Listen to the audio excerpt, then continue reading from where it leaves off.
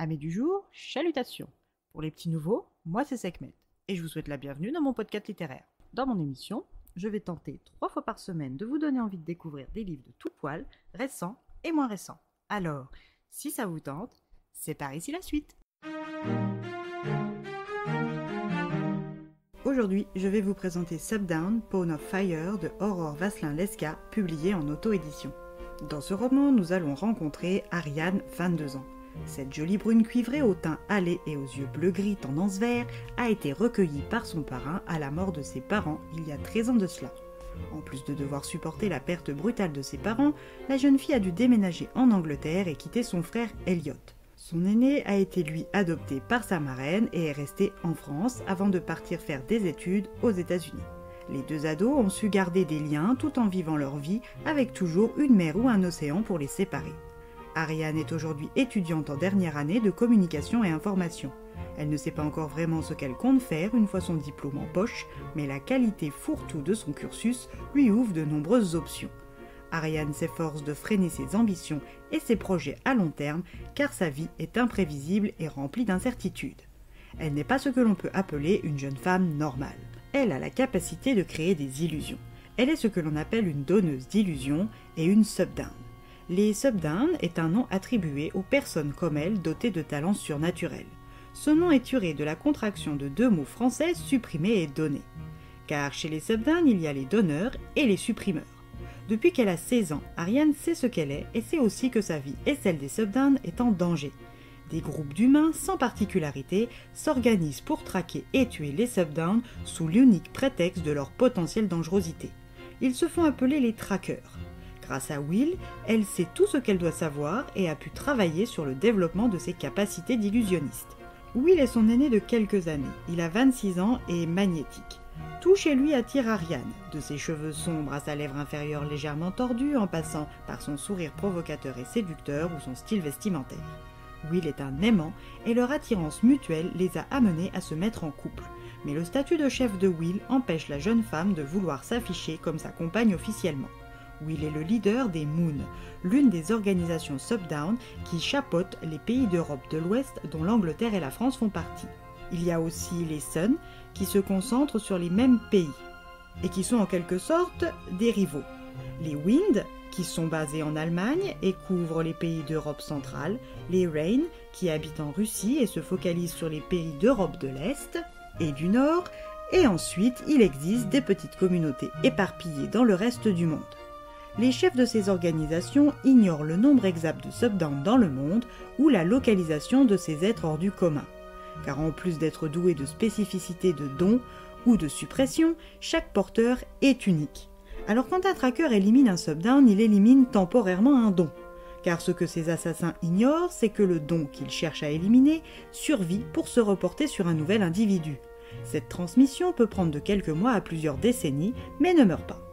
Ariane se sait entourée mais refuse d'impliquer ses proches dans cette guerre larvée que mènent les Subdown contre les traqueurs. Alors quand son frère Elliot arrive pour s'installer à Londres, Ariane est simultanément heureuse et nerveuse. Heureuse de ne plus être séparée de sa seule famille encore vivante et nerveuse de devoir lui cacher sa vie surnaturelle. Après avoir récupéré Elliot à son arrivée, il lui montre son don. Il est un donneur de glace. Il vient tout juste de le découvrir et est excité et anxieux à la fois. Ariane veut le protéger des organisations et des risques qu'elles font prendre à leurs membres. Elle décide donc de lui en dire le moins possible pour le moment. Elliot a trouvé un emploi de seconde cuisine non loin du quartier de Camden. Dans le bar-restaurant qui lui offre sa chance de s'installer dans la capitale anglaise, il va rencontrer Gareth Henderson, le barman, et Irina Hamilton, la serveuse. Tous deux sont comme lui, des Subdown. Lui est un supprimeur de peur et elle une supprimeuse de douleurs physiques. Les 3 employés vont vite devenir amis et à midi, ils vont faire la rencontre de Mara Wilson et Kyle Vemon. Mara est une donneuse de reconnaissance d'identité, elle peut trouver des Subdown autour d'elle. Kyle, lui, est un supprimeur de vue. Les 2 collègues sont des membres des Sun et aimeraient recruter le trio. Après leur avoir expliqué les bases, ils leur donnent le temps de la réflexion. Le trio est surpris et tenté. Elliot veut d'abord confronter Ariane. Elle lui explique ce qu'elle sait, comment elle a su et les raisons de son silence. Après réflexion et concertation de groupe, les 3 rejoignent les Sun. Mara leur présente le fondateur de l'organisation, Christopher Stone, et sa sœur Amanda. Si Chris est accueillant et rassurant, Amanda est tout le contraire, et du haut de sa petite vingtaine, elle mène ses troupes à la baguette. Le trio arrive pile poil pour constater les dangers liés aux attaques des traqueurs et se félicite de s'être engagé pour survivre et protéger. Ils vont pouvoir appliquer la maxime des Suns, de la lumière naît la fraternité. Au même moment en Russie, le clan des Reigns se faisait détruire par un groupe de traqueurs. Renseigné par la fille de Vladimir Niklai, le leader des Reigns, après des jours de torture, l'impitoyable Aphrodite Meyer était sur place avec ses troupes. Cette jeune femme d'origine sud-coréenne est une traqueuse hors pair et sans scrupules. Lors du massacre, elle n'a eu aucune pitié ou compassion pour qui que ce soit. Jeunes, vieux, femmes, aucune pitié. Seule la petite Pan a survécu et a pu s'enfuir grâce à l'intervention d'un des membres des traqueurs. Ariane apprend la nouvelle par Will et a peur pour son frère. Elle qui ne veut plus être une Moon active, pourra-t-elle encore s'offrir ce luxe pour protéger son frère? La rébellion Subdown est-elle la solution? La survie de la petite Pan va-t-elle être le catalyseur de cette guerre?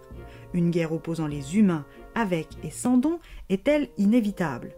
Le président Ellison est-il informé de l'existence des Subdown?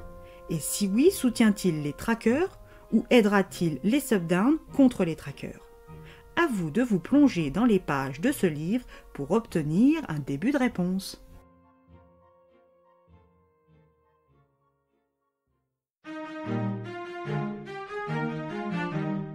Une lecture agréable, immersive et rythmée.